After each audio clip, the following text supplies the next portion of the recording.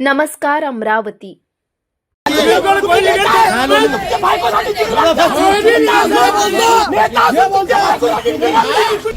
हमने खून अमरावती दंगे का मुख्य आरोपी बनाया तुम लोगों ने और किसी को बंदी उससे तो दे रहे तुम।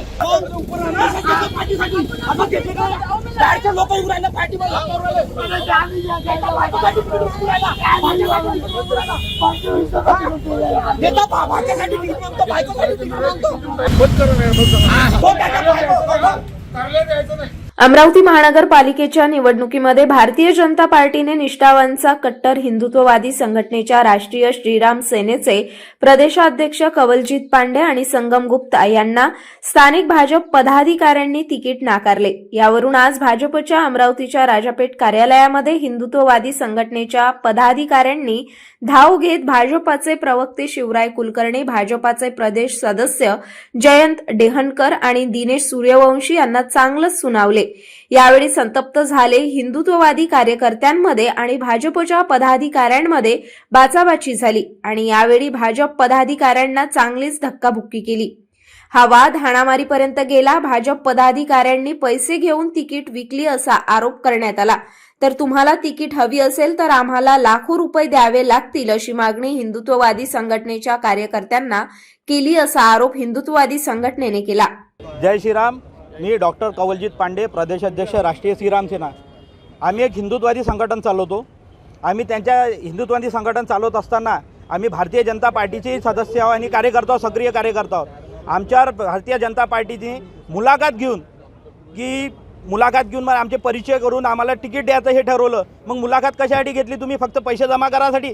प्रत्येक कार्यकर्त्यातून तुम्ही 1000 रुपये घेतले आणि मुलाखता घेतल्या, म्हणजे ते पैसे तुम्ही घरी भरून राहिले आणि इलेक्शनसाठी आमच्याकडून तुम्ही फंडिंग मागून राहिले। मग आम्ही कार्यकर्त्यांनी करावं काय? आम्ही आमचा कामधंदा घरदार सोडून आम्ही संघटनासाठी आणि भारतीय जनता पार्टीसाठी कार्य करतो आणि तुम्ही सामान्य कार्यकर्त्याला तुम्ही तिकीट न देता पैशासाठी आणि घराणेशाही चालवासाठी, पाटीलकी चालवासाठी तुम्ही तिकीटा देता, हे चुकीचा पद्धत आहे। मुलाखतीमध्ये सगळ्यात पहिले जात विचारल्या जाते। का बाय तुम्ही जात विचारता? आम्हाला का जात विचारता? जात विचारून तुम्ही तिकीटा देऊन राहिले का? भारतीय जनता पार्टी मग हिंदी भाषिकचा भारतीय जनता पार्टी, मग वरच्या सेंट्रलवर बसलेले अमित शाह हे हिंदी भाषिकच आहे, मोदीजी हिंदी भाषिक आहे। मग हे सर्व लोकांना मग खाली उतरा। म्हणजे याचा अर्थ हे भारतीय मराठी हे करत आहे, हिंदी भाषिक आणि मराठी भाषिकचं करत आहे, तुम्ही वरच्या लोकांचा मग द्वेष करता का? कोणत्या प्रभागातून आपण तिकीट मागितलं? मी प्रभाग क्रमांक 11 मधून तिकीट मागितली होती, या जागेसाठी, सर्वसाधारणसाठी। माझी तिकीट डावलून दुसऱ्या महिलेला तिकीट देण्यात आली, जिथे की पुरुषालाही तिकीट चालते। त्या महिलेचं काहीच योगदान नाही आहे प्रभागामध्ये। काय उमेदवाराचं नाव काय ते सरदार म्हणून एक उमेदवार आहे महिला, मला तिकीट देण्याच्या जागी तिला का दिली?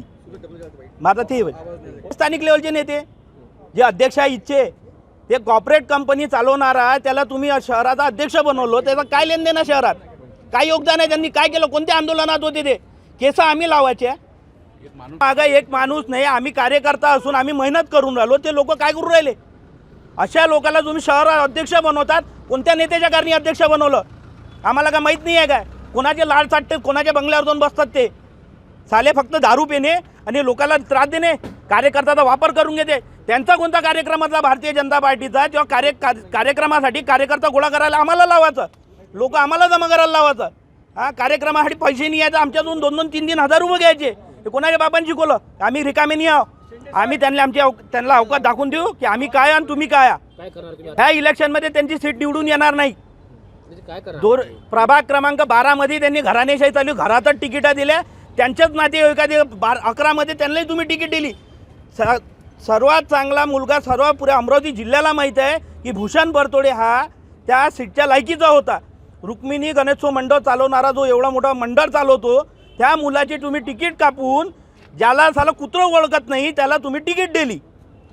एक कार्यकर्ता नाही आहे त्या व्यक्तीजवळ, 2 महिने झाले तो फक्त पक्षात आला, त्याला सरचिटणीस बनवलं, त्याला तुम्ही तिकीट दिली। तुम्ही पदही घ्या, तिकीटही घ्या, मग कार्यकर्त्यांना काय सतरंज उठलत राहू का आम्ही? हे आमची मागणी आहे आणि वरिष्ठांनी याच्यावर ॲक्शन नाही घेतली तर याच्यावरही तीव्र आंदोलन आम्ही करू आणि हे पुरे जितके दुखी कार्यकर्ता आम्ही आहोत ते सगळे एकजूट होणार। जय श्री राम।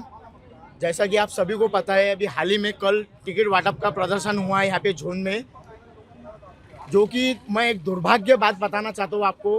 नेता लोग हमेशा कहते हैं कि ये चुनाव कार्यकर्ताओं का चुनाव है, लेकिन इसमें कल देखने को मिला है कि पूरे नेताओं को टिकट मिली है।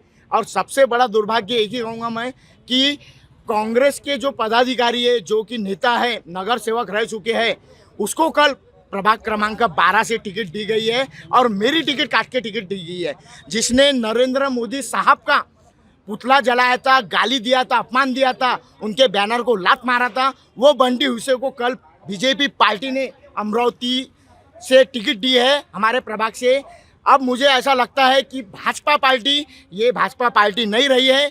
जल्दी कांग्रेस में इसका समीकरण होगा और जल्दी आने वाले कुछ दिनों में MIM के भी नगर सेवकों को ये संरक्षण देंगी और भाजपा का नामो निशान यहाँ से ख़त्म होने वाला है, इतना मैं ज़रूर कहूँगा। भाजपा का आज कम से कम 15-20 सालों से कार्यकर्ता रह चुका हूँ। भारतीय जनता पार्टी ने मुझे 2012 में सदस्य बनाया था। 2017 में भारतीय जनता पार्टी ने मुझे शहर जिला उपाध्यक्ष भारतीय जनता युवा मोर्चा में पद दिया था। उसके बाद में अभी मैं भारतीय जनता पार्टी उत्तर भारतीय मोर्चा का शहर अध्यक्ष की जिम्मेदारी निभा रहा था। मुझे उन्होंने 2 दिन पहले आश्वासित किया था कि आप जेंट्स से मत लड़िए, आप लेडीज़ में तैयारी कीजिए, आप लेडीज़ के डॉक्यूमेंट बनाइए। और कल यहाँ पे जाके इन्होंने डायरेक्ट ही बी फॉर्म डायरेक्ट दिया है, किसको? बंटी हुसैन को, जो कि कांग्रेस का एक नगर सेवक है। मेरा आप सभी से, आपके माध्यम से एक निवेदन, हाथ जोड़ के विनंती है कि मैंने अपनी ज़िंदगी इस पार्टी के लिए बर्बाद किया हो, कोई अपनी ज़िंदगी इस पार्टी के लिए बर्बाद ना करे। मैंने बीजेपी पार्टी के लिए 27 दिन की जेल देखा हूँ। अमरावती दंगे में मुझे मुख्य आरोपी बनाया गया था, जो कि बीजेपी पार्टी का मोर्चा था। उसमें भी मैंने अपनी जान की परवाह ना करते अपना खून बहाया हूँ, लेकिन पार्टी ने उसकी भी कदर नहीं की और पार्टी ने कांग्रेस के उम्मीदवार को टिकट देके यहाँ पे साबित कर दिया कि बीजेपी पार्टी अब कार्यकर्ताओं की पार्टी नहीं रही है। हमारे जैसे कार्यकर्ताओं का उसमें कोई नामो निशान नहीं रहा है। आने वाले समय में जरूरी पार्टी को उसकी जगह दिखाने के लिए हम पूरी ताकत से भिड़ेंगे। जय श्री राम। कोर कमेटी के सभी नेता हैं, मैं किसी एक नेता का नाम नहीं लेता हूँ, लेकिन मेरा बीजेपी पार्टी से कोई विरोध नहीं है, लेकिन मेरा एक ही है कि बंटी हुसैन जैसे व्यक्ति को तुमने भाजपा में प्रवेश क्यों दिया और टिकट क्यों दिया, जो कि नरेंद्र मोदी साहब का अपमान करता था, जिसे हम भगवान समझते हैं। सम्माननीय नरेंद्र जी मोदी के साथ में जिसने गाली गलौज किया है, उसको तुम टिकट दे रही है, तो ये बीजेपी नहीं रह गई है। आज आम्ही पत्रकार भवनपाशी आहे उभे, राजापेठ पोलीस स्टेशनच्या मागे आहो आम्ही। आज आमचे जे हिंदुत्ववादी संघटनाचे लोक आहे और जो 20-25 वर्षापासून बीजेपी पासून जे सोबत आहे, जे त्यांची जे जीवदान देत होते, माझे सर्व शिष्याची सर्वांची तिकीट यांनी कापलेली आहे और हे तिकीट काही तिकीट विकलेली आहे। याच्यासाठी हम लोग इथं आलेले आहो। तो याच्यात जे आपले जे बीजेपीचे जे वरिष्ठ जे आहे, जे शिवराय कुलकर्णी यांना माझ्यासोबत काही बर्ताव बरोबर केले नाही, डोळे दाखवले और माझे शिष्याला तिकडे घेऊन जेव्हा माझे तोंडावर तर नाही म्हटलं त्यांना, त्या शिष्याला असं म्हटलं की तुझे महाराजले मी बघून घेईन म्हणते, आम्ही बीजेपीचे नेता आम्ही काही करू शकतो, म्हणजे आमची मनमानी आहे म्हणते, आमची मनोपल्ली आहे। अगर मी तो म्हणतो कधी असं मायावर कधी अन्याय ज्या दिवशी होईल त्याच दिवशी अमरावती शहराचे सर्व लोक, हिंदू लोक भी और मुस्लिम लोक भी माझे शिष्य आहे, ते सर्व माझ्यासाठी उभे राहणार आहे। अगर मला जीवाची काही झाला तो हे लोक जबाबदार राहील। और EVM मशीनमध्ये यंदा मी एक जागृत करतो। आता जे इलेक्शन झाले विधानसभाचे इलेक्शनमध्ये भी मी बाबासाहेब आंबेडकर चौकमध्ये मी मीडियाच्या माध्यमातून आवाहन केलं होतं की यंदा EVM मशीनमध्ये घोळ घपला सारखा दिसून राहिला, तसंच घडला आहे। तो माझी भविष्यवाणी कधी फेल होत नाही। यंदा मी सांगून अमरावतीवरून की अमरावतीमध्ये बंडेरामध्ये सर्व ठिकाणवर EVM मशीनमध्ये कॉर्पोरेटर इलेक्शनमध्ये EVM मशीनमध्ये घपला होणार आहे। जेवढे पार्टीचे लोक उमेदवार उभे आहेत सर्व त्या दिवशी लक्ष ठेवायचे EVM मशीनवर।